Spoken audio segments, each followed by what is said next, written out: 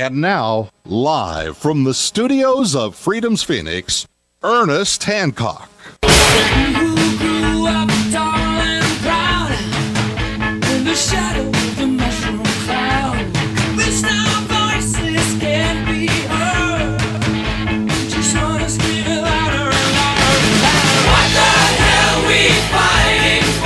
Yeah, what we fighting for here on Declare Your Independence with me, Ernest Hancock, here in Phoenix, Arizona. We're fighting for some truth, justice, and what used to be the American way. We're trying to figure out what that was, because it doesn't seem to, I don't know, it's not something I want, the way it's perceived by people around the world, and certainly by a lot of people here. Now, in our last segment, I talked off air with Dave from escapeharassment.com. Now, this is the thing. They've been advertising on Freedom's Phoenix off and on for quite a while.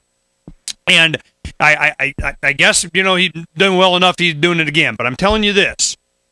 I'd love to have a method by which this, because that's all it is harassment. I gave you a ticket. You didn't follow orders, disobeying, you didn't stop recording me, whatever, I give you a ticket, or heck, they just arrest you. And then you got to go through all of the stuff. You got to appear in court, you got to travel to the other states, you got to, it's just a pain in, well, turn it back on them. Are there methods by which you can say, hey, man, I'm not in your system, and it be effective, and it work? He says yes. And I'm going, all right, well, we're going to test. So this is the deal that we made. It's $150 for phase one, another for phase two, phase three, different levels of, the man just keeps coming at you.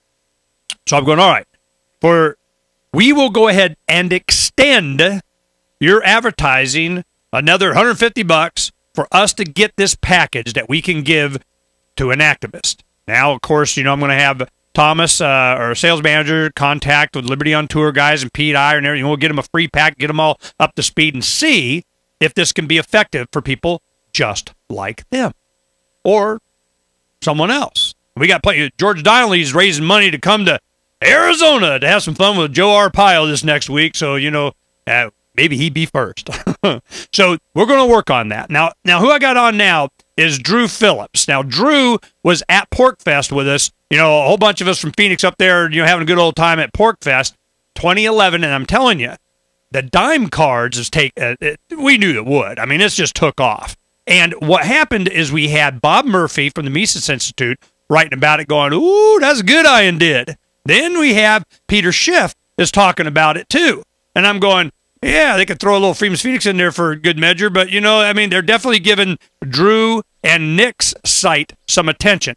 What is this coinworth.info, right? Is that what it is, Drew?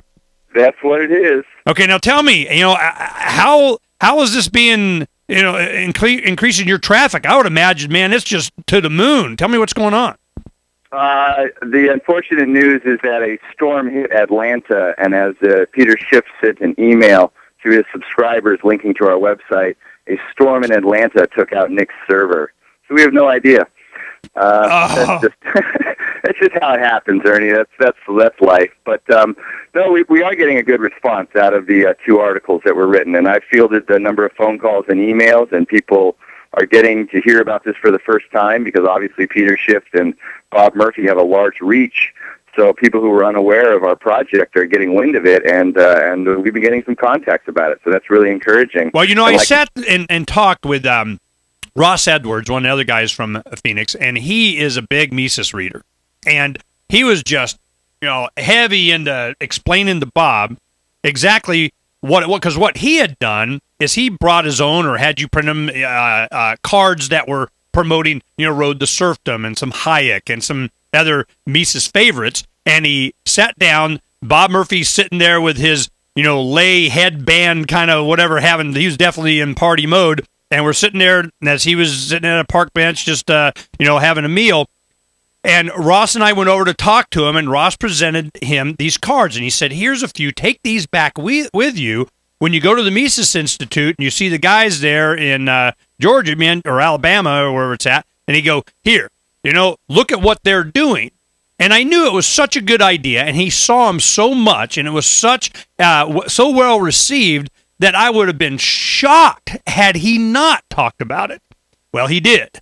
Then Peter Schiff had something to say about how the heck did Peter Schiff get involved in this thing? How did he know? Well, you may not remember because everything happened. So there was so much going on all week. You had Mike, one of Peter's colleagues, on your radio program for 15 minutes. And actually, I thought the same thing. I thought I really should have gotten his contact info and didn't run into him again. And Michael did contact me, I think Tuesday morning, and just said, "Just so you know, we sent we worked a mention of your projects into our newsletter, and it went out to quite a few people to get his newsletter. So that was pretty encouraging. And like I said, it's really we've gotten a good response out of it. And we knew that this idea was a good idea, and that the libertarians and hard money types would enjoy it. We just needed to take it all the way to New Hampshire to show it off to some of the rest of the movement. Well, it was such a no-brainer. And one of the things that Bob Murphy mentioned is that on the back of the card, it actually has the weight in grams of actual silver in the coin. And it's U.S. Mint. And it is conversion very simply to do with the phone app that has been created. Oh, and that's another thing. Tell us about us finally getting to meet Anonymous that created the phone app for the Droid. Go ahead and talk about that. Well, for those that don't know, Nick came up with the idea to make an app, and he thought he was smart enough to make it, and he is, but it was a thing with amount of time and energy that he could put into creating the app.